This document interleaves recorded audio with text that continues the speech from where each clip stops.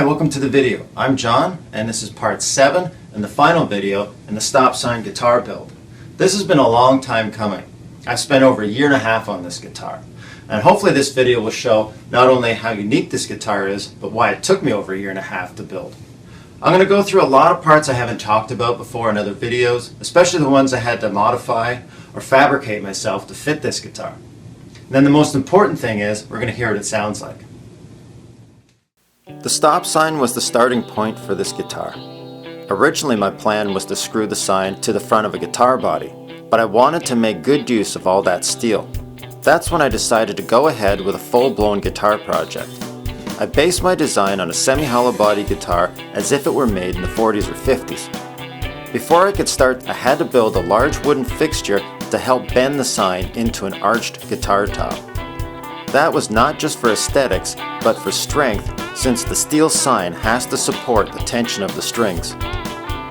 Sound holes were created by firing 40 and 45 caliber bullets into the sign. This was done at a local shooting range by an experienced member of the club. I would love to have video, but the shooting range has a policy of no video cameras allowed. Since they were doing me a huge favor, I had no problem respecting their wishes. Wood was my first choice to fabricate the back of the guitar body, but then I felt that a one-piece fiberglass back would be much stronger to support the thick steel sign. A lot of work went into making the back, from building a mold and laying the fiberglass to bodywork and then finally paint and clear coat. I bought a finished modern style neck with plans to reshape the headstock into my own vintage style design. I went through lots of ideas before finally coming up with this design. My concept was to add a piece of Brazilian mahogany to the maple headstock for a two-tone look. To keep the brass theme going, I made a truss rod cover out of a brass plumber's pipe and stripped the chrome off the brass tuner bushings. Having my logo on the headstock really finished it off nice. Even though I really had no idea how this guitar would actually sound, I thought it would sound similar to a dobro guitar, therefore making it a good slide guitar. I wanted to be able to raise or lower the neck's action with a simple set screw and go from normal to slide in a few minutes. I designed a mechanism that I call the adjustable block. It works like a teeter-totter with the neck bolted to one end and the adjustable set screw at the other. The action can be adjusted high for slide or low for regular playing by turning the set screw. Since the neck does all the adjusting, the bridge is set in a fixed height. When it came to the electronics, I wanted to have lots of options but still be simple to control. I wanted to be able to dial in as much or little volume and tone for each pickup as I wanted. To do that, I installed one volume and one tone pot for each pickup. I also installed a 6-position rotary switch. This lets me have 6 completely different wiring choices for the pickups: out of phase, series or parallel, bypass volume and tone, or just normal position. Combining the rotary switch with a standard 3-way selection switch gives this guitar an almost endless combination of sound options. For the pickups, I felt that P90s would suit this guitar best. They are bolted to the steel sign and the height is permanently set.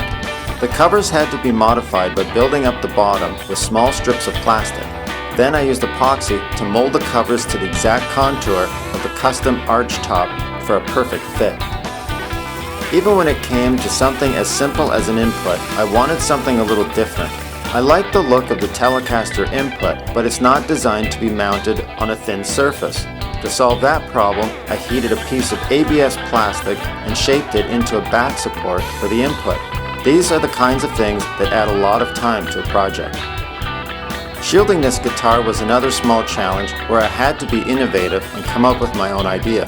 I built 2 cardboard boxes, one that fits closely around the electronics and the other around the 3-way switch. Then I painted them with conductive shielding paint. I call them the big black box and the little black box. I use cardboard because it's light and easy to work with. Foil tape holds them in place as well as grounds them. As soon as I saw the brass billet bridge and tailpiece, I knew it belonged on this guitar, because this guitar is all about being different. The bridge, just like all the other brass parts on this guitar, has no protective coating, so it will tarnish over time. The more it's played, the more the natural patina will set in. Here is a great example of how a project can consume enormous amounts of time.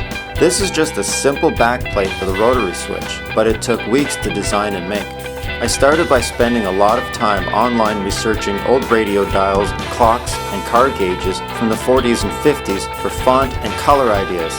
It took me at least a week to design the graphics on the computer. The clear plastic dial had to be cut out, shaped, sanded, polished, clear coat the bag side, then apply the decal.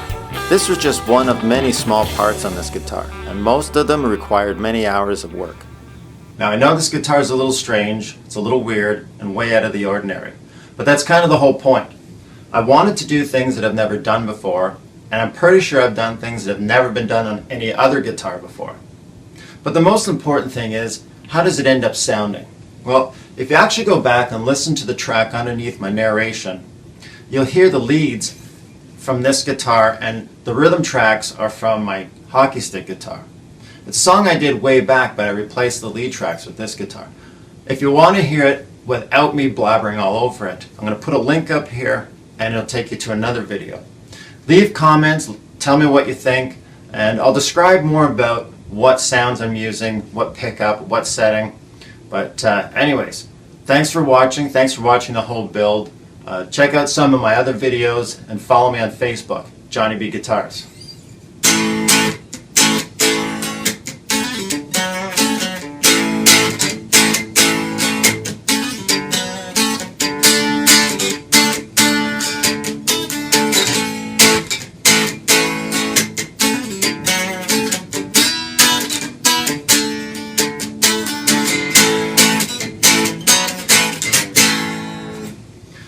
I shouldn't be watching this anymore. You should be watching the other video or checking out my other stuff or on Facebook or all kinds of stuff. But again, anyway, thanks for watching.